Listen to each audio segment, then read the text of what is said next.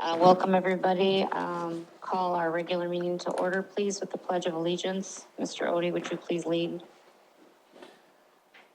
I pledge allegiance to the flag of the United States of America and to the republic for which it stands, one nation, under God, indivisible, with liberty and justice for all.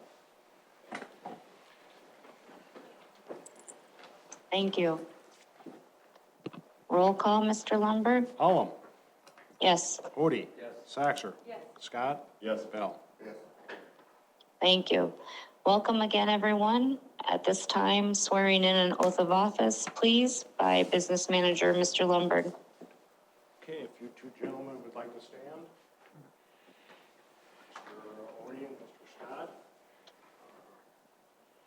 Swear you in to your new term of board member of the Brandon Valley School District. Do you, Nick Scott, and Greg Odie, having been elected with no opposition to the office of school board member within the Brandon Valley School District 49-2, solemnly swear that you will support the Constitution of the United States and the Constitution of the State of South Dakota faithfully and impartially and to the best of your ability and knowledge, and perform all duties of this office as provided by law? Yes. Congratulations. 3-year terms.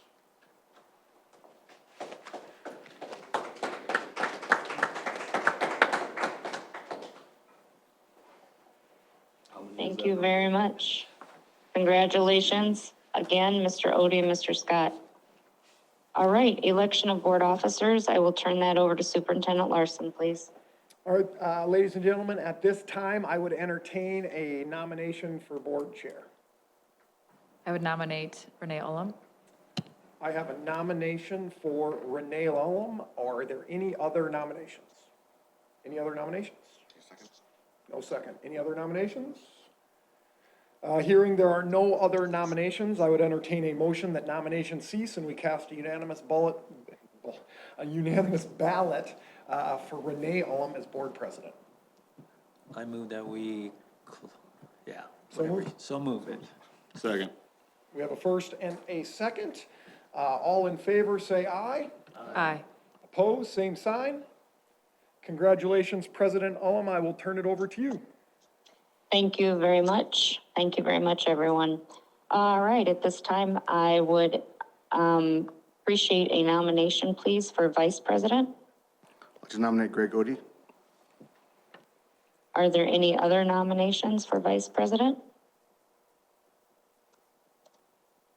Hearing none, I would entertain a motion to cast a unanimous ballot for Mr. Greg Odie for vice president, please. So moved. Second. There's been a first and a second. All those in favor? Aye. Aye. Opposed? Motion passes. Thank you so much. Congratulations, Mr. Odie. Thank you. Next, I would entertain a motion to approve the agendas presented, please. So moved. There's been a first and a second. All those in favor? Aye. Opposed? Motion passes. Thank you. Conflict of interest disclosure waiver request, Superintendent Larson. Madam Chair, this is my annual waiver request, just outlining that Amanda Larson is my spouse, and she is employed as a nurse with the Brandon Valley School District, paid in accordance to the established school district nurse salary schedule. There does need to be action, can either be denied or approved. Move to approve. Okay. There's been a first and a second to approve. All those in favor? Opposed? Motion passes. Thank you. All right. I would entertain a motion to approve the next items 1 through 14, please. Second. There's been a first and a second. All those in favor? Opposed? Motion passes. Thank you. Approval of the minutes. I would entertain a motion to approve the meeting minutes presented from June 10th and June 24th. So move. Second. There's been a first and a second. All those in favor? Opposed?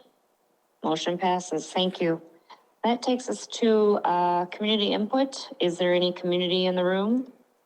There is, Madam Chair, at this time, I see no community input. Okay, thank you. Financial items, Mr. Lundberg. Okay, the bills and claims were submitted with your packet. Just had a couple to touch on. Page one, we redid the Brandon Elementary playground service, the north playground there, $56,211. Page two, Architecture Incorporated, $308,000 for architectural fees for the new East Side Elementary. Down a little ways, the City of Brandon, the School Resource Officer, $40,700. That's the second half of the payment for last year. Page three, Commercial Interior Decor, you see $122,000 for the middle school floor covering. That's phase two of our planned refurbishing of the carpeting in the middle school building. On page four, throughout the bills and claims, you'll see some expenditures for the new social studies adoption. Page four is the high school portion of that, $164,652. On page five, Houghton Mifflin, more high school social studies adoption and middle school social studies adoptions of $64,705 and $125,330. I'm having trouble saying social studies. I apologize. Page six, Moisel, just $14,831. Just, that's more of an FYI than anything. We extended the MacBook utilization from a 4-year to 5-year, so that lease is up. When we entered into the agreement, we had a 4-year agreement for all these other expenses, so that's one of the calamities of extending that, although very minimal, but $14,831 that we'll have to assume this year. Page seven, there was a new Bobcat machine of $70,605 paid to Pfeiffer Implement. Page eight, Renaissance Learning, that's a renewal, $54,365. The renewal each year of AR, Accelerated Reader, and Accelerated Math renewals. Very popular program at Brandon Valley.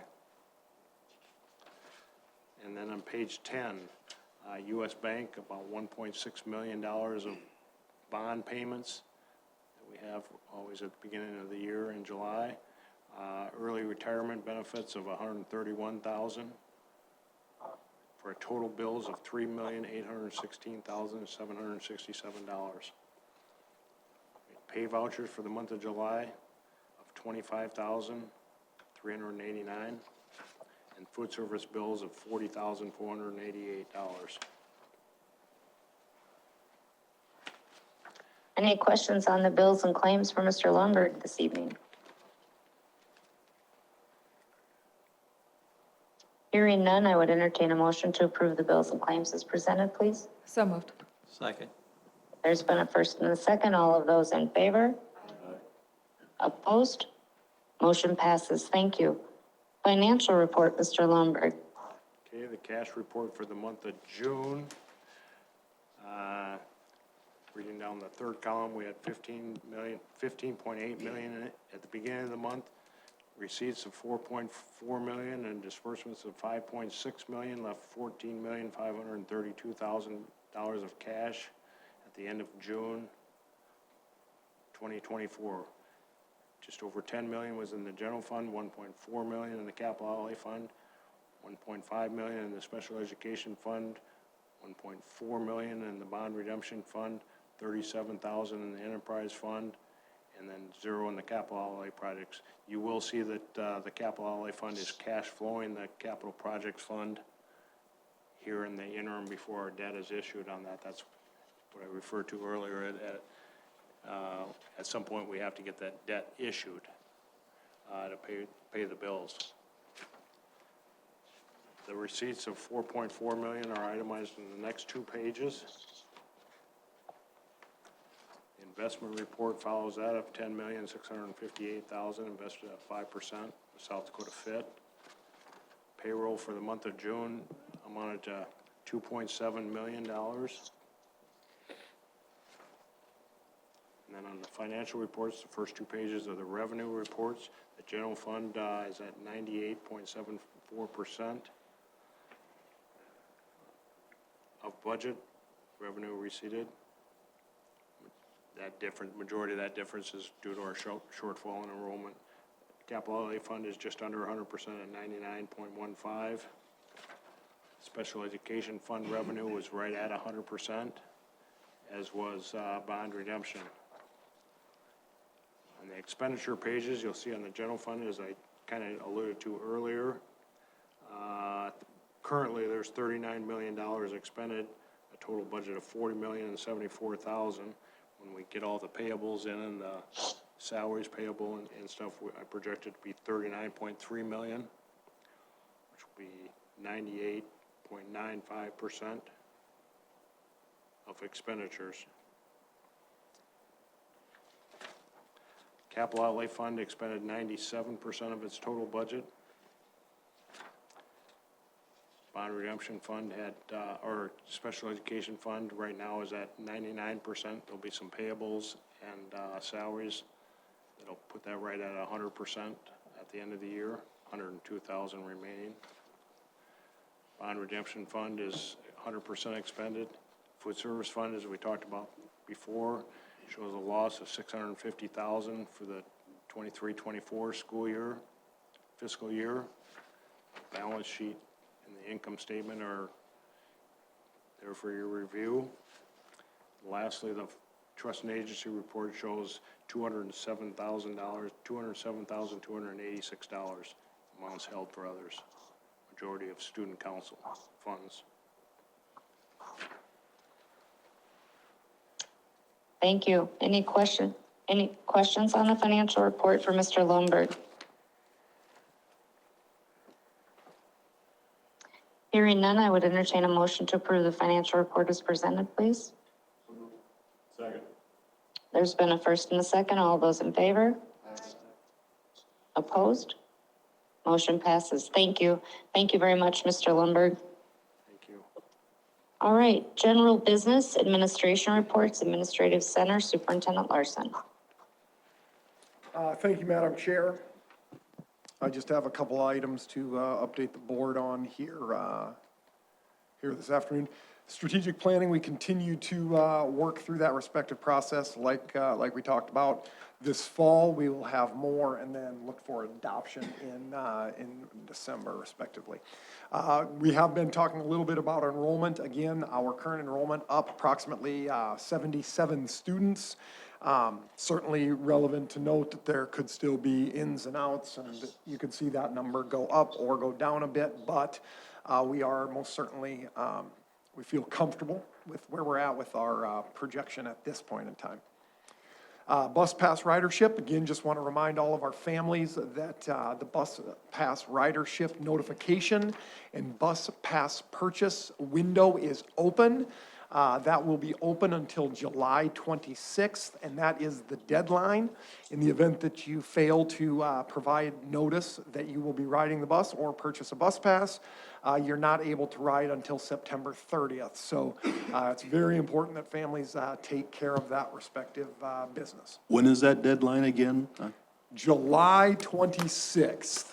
Thank you. It's a Friday. If it's 5:30 p.m. and actually, I think the transportation department has an open house that night. So if it's 8:30 and the transportation open house is over and you have forgotten, you can still buy your pass online as long as it's by 11:59 p.m. We'll accept 12:01. You don't ride until after September 30th, but 11:59 we'll let you in. So July 26th. Eastside Elementary, our naming committee will embark on that work here next month. I'm going to have President Ullum and member Scott represent the Board of Education on that committee, and then there will also be a staff representation and community representation as well, and we'll work through that respective process. So the bids are out. We will look to award a bid on August 8th. Open bids on August 8th and ultimately award a bid at our first Board of Education meeting in August. Project is scheduled to be completed in the end of June and open in the fall of 2026. Would note just that the specs that we have created, we administratively, when we were working with our architects, we did put in a couple of components in terms of cost management strategies, not knowing exactly what those numbers would be. So if numbers came in really high, we had some strategies to pull back. So certainly excited for as many contractors and construction companies to get out and take a look at bidding that project. And we will work through that respective process. Lastly, summer reading program. Special thank you to Siouxland Library and Pizza Ranch of Brandon. Appreciate all that they do.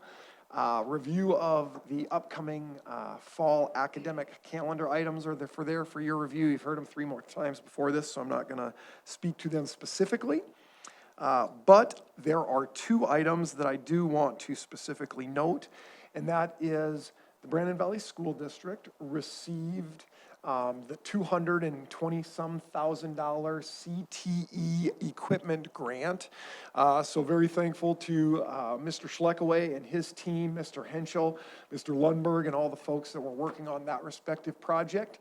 And they're working through the appropriate procurement processes to get that equipment ordered in time for the deadline outlined in the grant. So that is a great thing. Second thing that I wanted to note specifically regarding grants is a special congratulations to Sherry Nelson as well as Mr. Horse and Principal Palmer in the fact that we received the TSI, which is the Targeted School Improvement Grant that we had written for both Brandon Elementary and Inspiration Elementary.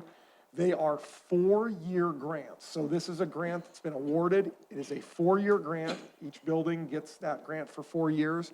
And that ultimately funds an additional staff member that has the ability, for lack of a better phrase, we're looking for a reading specialist that can incorporate literacy into their attendance advocacy work. So you can do the math. It's $150,000 times 4. It is a real nice grant and one that we are all ultimately thankful to get to be a part of and look forward to the quality work that gets done in the area of attendance as well as literacy for those 2 respective school buildings. So, Madam Chair, that is all I have at this point in time. Would certainly entertain any questions folks may have.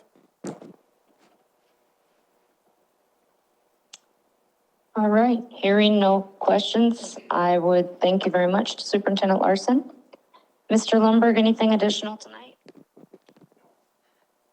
Thank you again very much for all of your hard work on the budget presentation. Sincerely appreciate that, and please let your staff also know how much we appreciate all the work that you do for us all the time. Thank you. Madam Chair? Yes. I am gonna just pop up the East Side Elementary construction budget for the Board of Education and just note that it is, as has been previously discussed in terms of the issuance of $34 million in debt, the $36 million in change that's outlined there in terms of the revenues, et cetera. I would lean into Mr. Lundberg and ask him if there's any specific details or comments you want to note regarding this respective budget? Nope, other than the fact that we have the building projected at $280 a square foot. We feel fairly confident in that number, but you never know. It's a big project, should draw a lot of interest, and we're excited to get to the bid opening.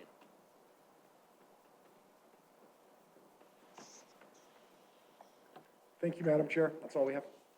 Oh, thank you very much. All right, any school administrators in the audience that would like to give any kind of report tonight? A lot of head shaking, no. Okay, all right. Next, board policy, discussion item on section K, KG-E-R.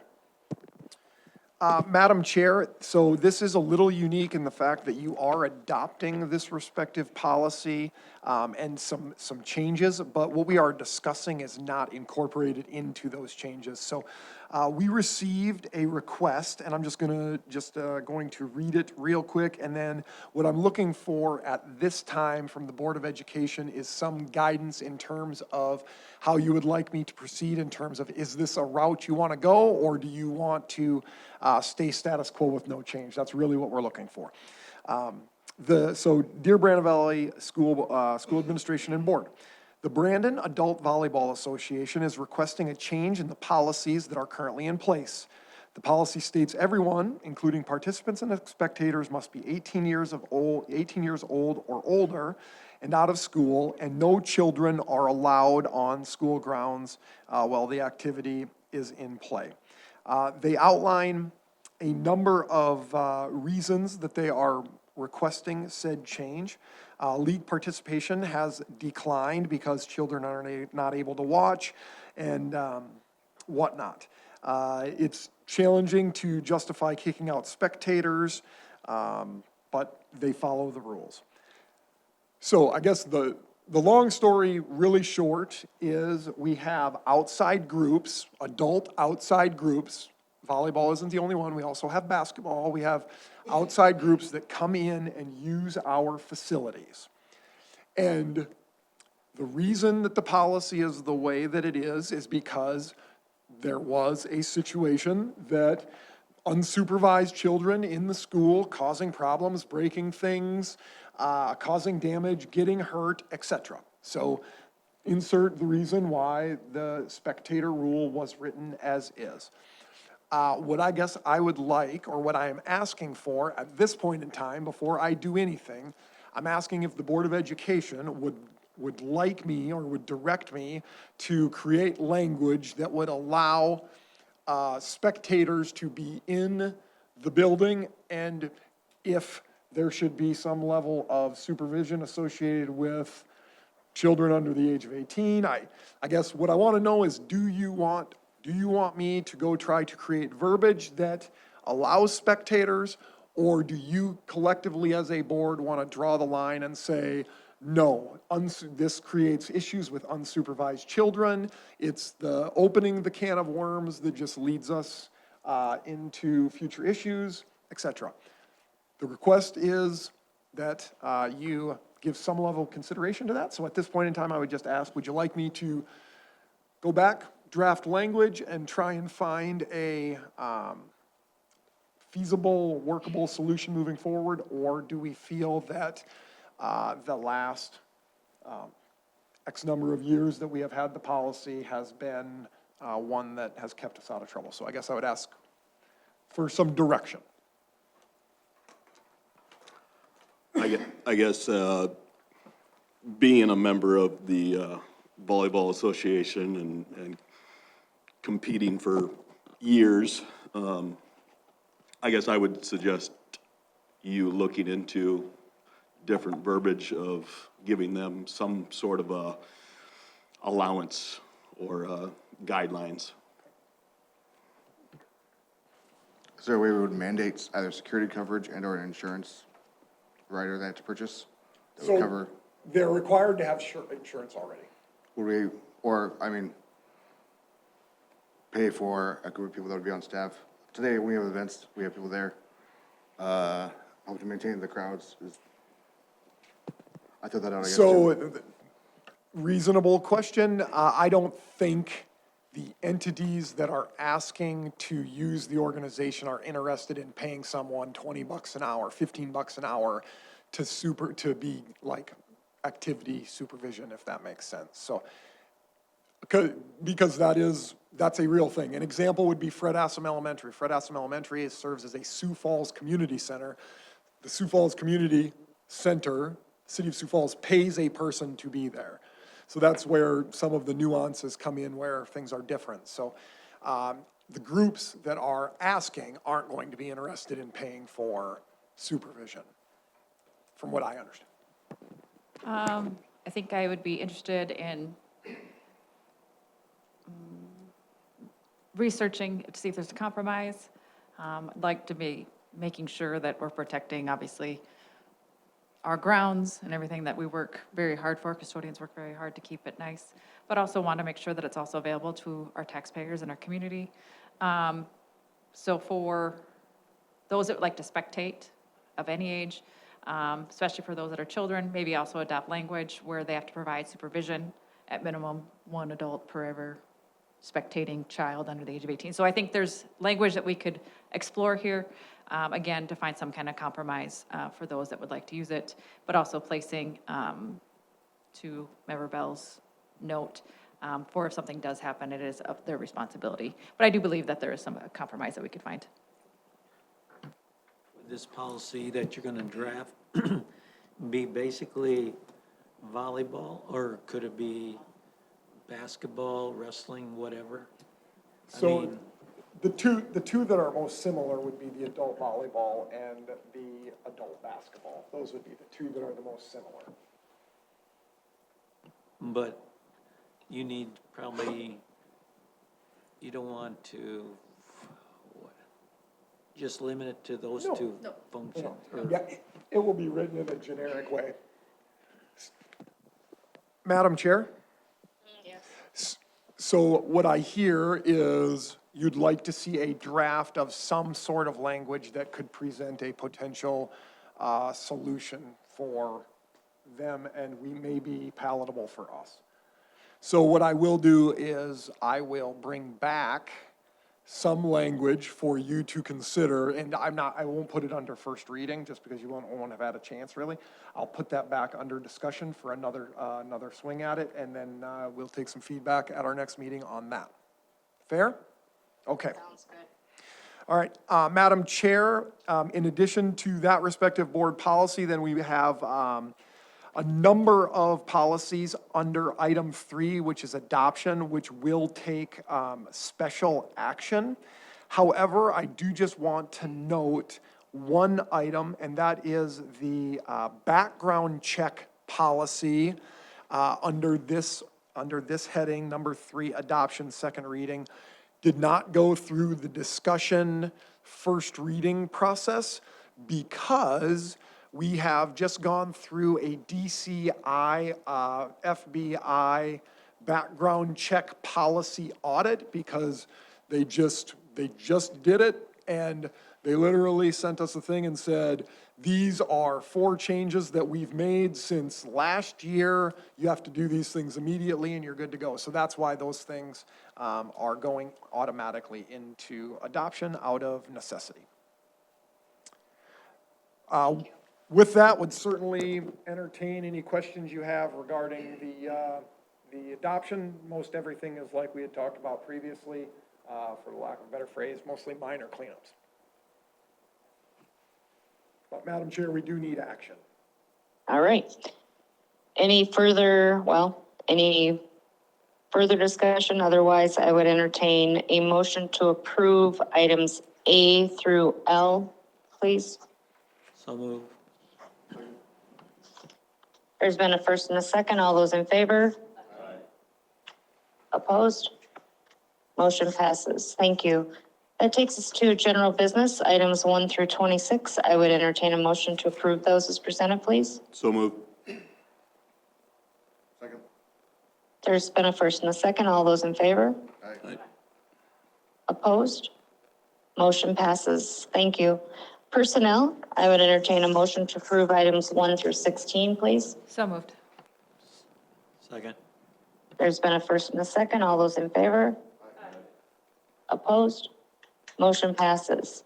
Items 17 and 18 are for your information only. Under communication, there may be some building permit applications to review. Otherwise, that takes us to board reports. Does anyone have a formal report they would like to share tonight? I'll just share real quick that the ASBSD has offered the executive director position. After tonight, after they meet with the directors, they will be making that a public announcement. It was verbally accepted. The paperwork is in motion, so just letting you know that position has been accepted. And I am excited about who that next individual will be for the future of ASBSD. Thank you. Anyone else? All right. Couple travel reports under there for your review. Otherwise, that takes us to the end of our scheduled meeting. I would entertain a motion to adjourn. So moved. There's been a first and a second. All those in favor? Opposed? Motion passes. Thank you very much, everyone, for coming, and thank you again for the business meeting hearing that we had at our annual budget hearing. Appreciate it.